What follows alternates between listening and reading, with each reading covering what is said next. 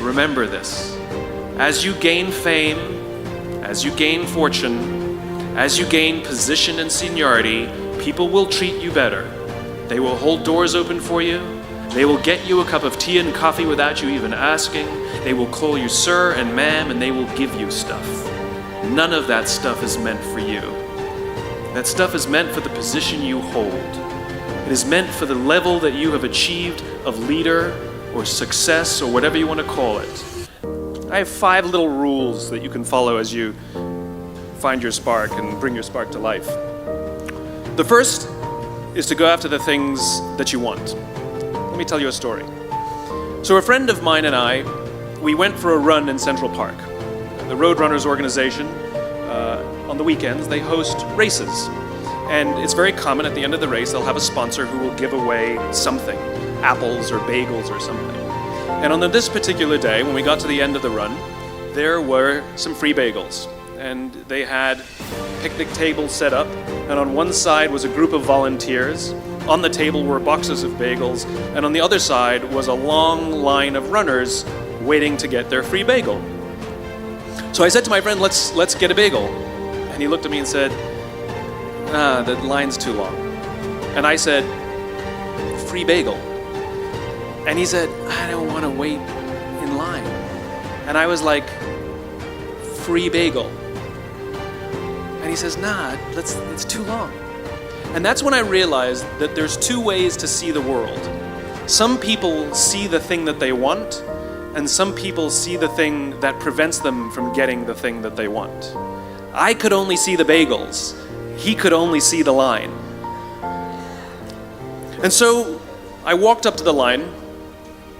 I leaned in between 2 people, put my hand in the box, and pulled out 2 bagels. And no one got mad at me.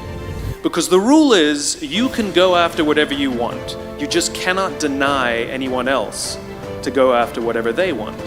Now, I had to sacrifice choice. I didn't get to choose which bagel I got. I got whatever I pulled out, but I didn't have to wait in line. So the point is you don't have to wait in line. You don't have to do it the way everybody else has done it. You can do it your way. You can break the rules. You just can't get in the way of somebody else getting what they want. That's rule number 1. Rule number 2. I like this one. In the 18th century, there was something that spread across Europe and eventually made its way to America called puerperal fever, also known as the Black Death of childbed. Basically what was happening is women were giving birth and they would die within 48 hours after giving birth. This Black Death of childbirth was the ravage of Europe, and it got worse and worse and worse over the course of over a century. In some hospitals, it was as high as 70% of women who gave birth who would die as a result of giving birth. But this was the Renaissance. This was the time of empirical data and science, and we had thrown away things like tradition and mysticism. These were men of science, these were doctors. And these doctors and men of science wanted to study and try and find the reason for this Black Death of childbed, and so they got to work studying, and they would study the corpses of the women who had died. And in the morning they would conduct autopsies, and then in the afternoon they would go and deliver babies and finish their rounds. And it wasn't until somewhere in the mid-1800s that Dr. Oliver Wendell Holmes, father of Supreme Court Justice Oliver Wendell Holmes, realized that all of these doctors who were conducting autopsies in the morning weren't washing their hands before they delivered babies in the afternoon. And he pointed it out and said, guys, you're the problem. And they ignored him and called him crazy for 30 years. Until finally somebody realized that if they simply washed their hands, it would go away. And that's exactly what happened. When they started sterilizing their instruments and washing their hands, the Black Death of childbed disappeared. My point is, the lesson here is, sometimes you're the problem. Lesson 3, take care of each other. The United States Navy SEALs are perhaps the most elite warriors in the world.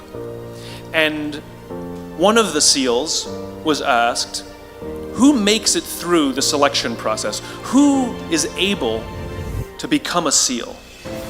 And his answer was, I can't tell you the kind of person that becomes a SEAL. I can't tell you the kind of person that makes it through BUD/S.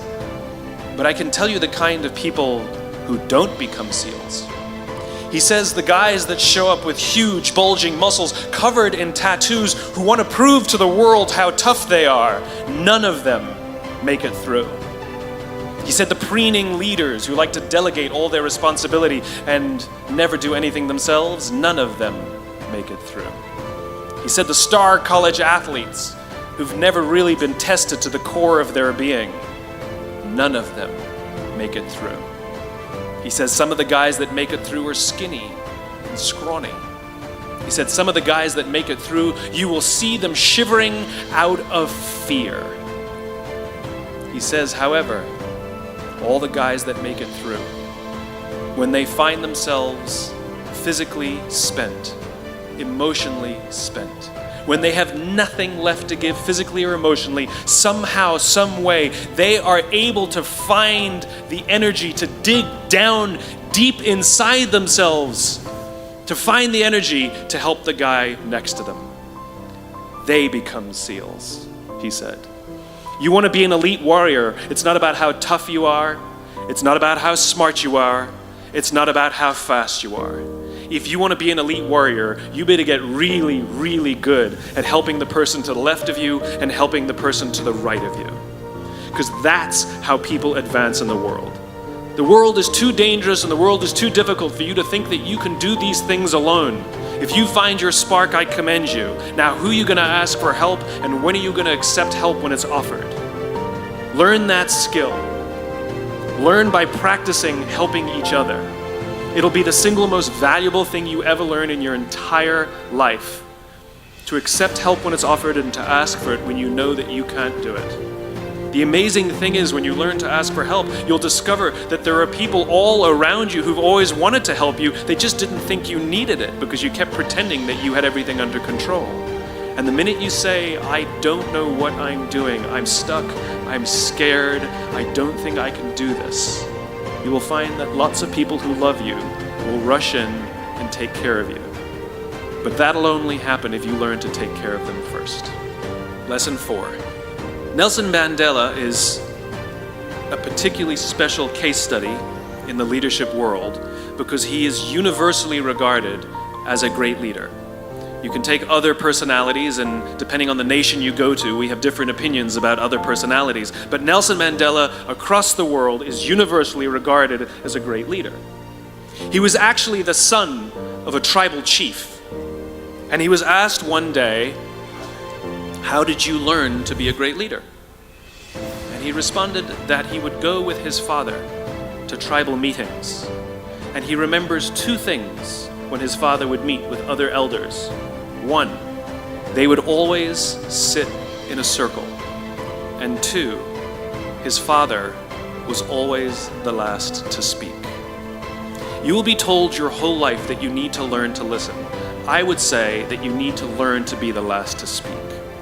I see it in boardrooms every day of the week. Even people who consider themselves good leaders, who may actually be decent leaders, will walk into a room and say, here's the problem, here's what I think, but I'm interested in your opinion, let's go around the room. It's too late. The skill to hold your opinions to yourself until everyone has spoken does two things. One, it gives everybody else the feeling that they have been heard.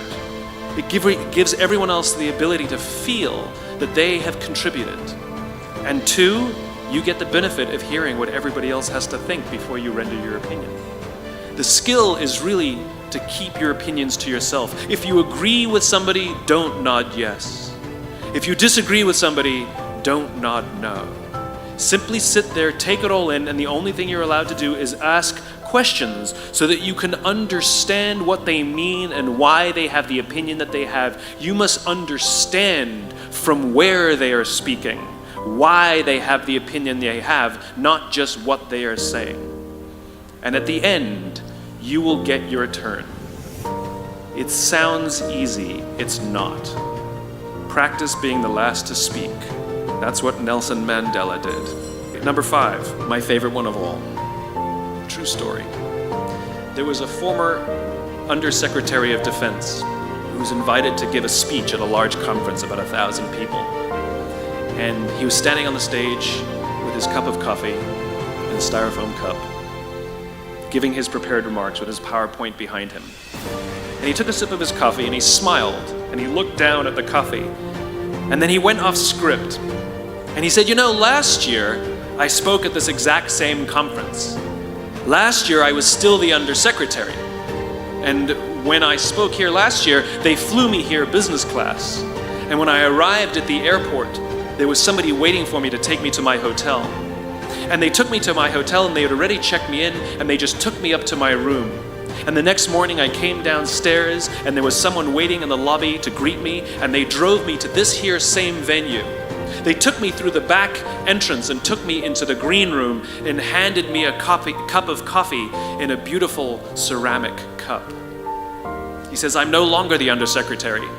I flew here coach. I took a taxi to my hotel and I checked myself in. When I came down the lobby this morning, I took another taxi to this venue. I came in the front door and found my way backstage, and when I asked someone, do you have any coffee? He pointed to the coffee machine in the corner, and I poured myself a cup of coffee into this here styrofoam cup. He says the lesson is, the ceramic cup was never meant for me. It was meant for the position I held. I deserve a styrofoam cup. Remember this. As you gain fame, as you gain fortune, as you gain position and seniority, people will treat you better. They will hold doors open for you. They will get you a cup of tea and coffee without you even asking. They will call you sir and ma'am, and they will give you stuff. None of that stuff is meant for you. That stuff is meant for the position you hold. It is meant for the level that you have achieved of leader or success or whatever you want to call it. But you will always deserve a styrofoam cup. Remember that